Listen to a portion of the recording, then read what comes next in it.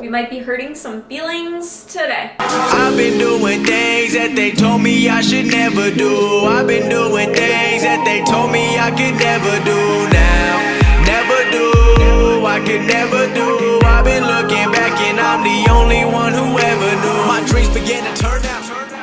What's up, everybody? It's your girl Krysten here. Thank you guys so much for tuning in to another episode of Fit Tip Tuesday. Today we're going to talk about something just a little bit different. It is still fitness related. We are going to be talking about the do's and don'ts of picking a coach. I honestly feel that people take picking a coach way too lightly. This person is responsible for your health. Therefore, I really think that you need to spend the time interviewing who you want to hire for your fitness coach. Unfortunately, these days, anybody can be a coach. There's no certifications, there's no qualifications required to classify yourself as a professional coach. Unfortunately, a lot of people think that if you look shredded, therefore, you know what you're doing to get somebody else shredded. Not always the case. So today, I just want to give you guys some guidelines that are going to help you decide on a suitable coach that's going to fit you and your needs. A few things that you want to consider when you are interviewing your coach. Let's distinguish between a good coach and a bad coach. Number one, a good coach can explain to you why you are doing something in your program. If you have a question, if you have a concern, a good coach takes the time to properly explain to you so you fully understand and feel comfortable with whatever you're doing in your program. A bad coach typically will say something like this. I was wondering why squats and deadlifts aren't included in my program. I definitely told you that I enjoy doing them. If you hear this at all, please do yourself a huge favor. Run for the hills. If your coach can't take the time to explain to you why they are doing something in your program, it's typically because they don't know themselves and they are probably following something that their previous coach told them to do. And they don't have a rationale, the understanding, or the expertise to actually give you a legitimate evidence-based reason as to why you are doing something. So make sure your coach can actually explain to you every single thing that you are doing in the program that they have spent the time building for you. Number two, a good coach sets up a program that fits you and your lifestyle. A bad coach typically sets you up on a cookie cutter program, meaning a program that is generic and that has basically been handed out to every single person without your personal needs taken into consideration.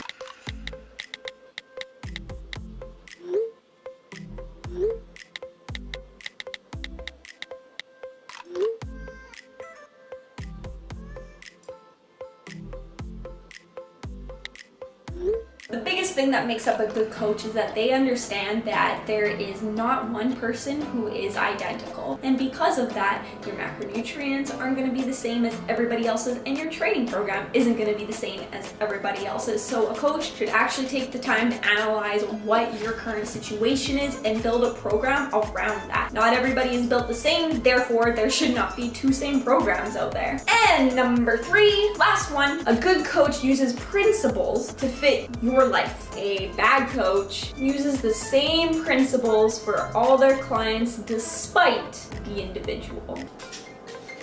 Hello? Hey, yeah, just thought I'd see if you had a quick minute to go over your check-in. How are things going?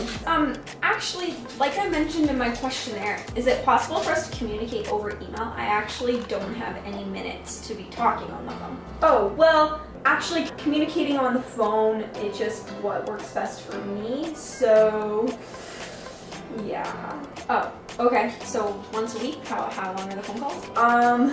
We can talk for as long as you need to, but I typically don't like to spend more than 5-10 minutes.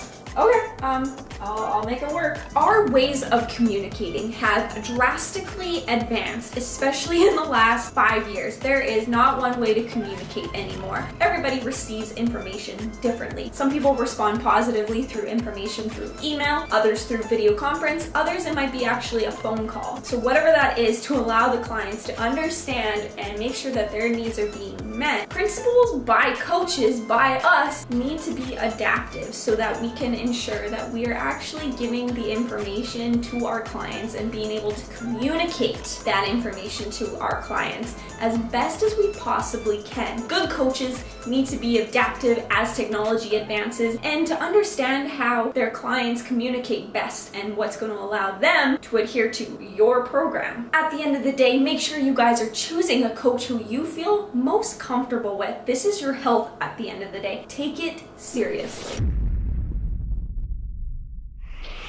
Well, that about wraps up Fit Tip Tuesday today, you guys. I hope you found this helpful. I hope you took some value out of it. Make sure you guys interview your coaches if you would like to work with the Natty Hour. We do take our coaching clients very seriously. You guys are our number one top priority. Make sure you guys head over to thenattyhour.com. You'll actually be required to fill out a detailed questionnaire before you actually are accepted into our program. That is how serious we take it. We want to ensure our clients are serious on their end because we are extremely serious on our end. I hope you guys found this helpful. Make sure you guys like, you comment, you subscribe to the channel. See you in the next one.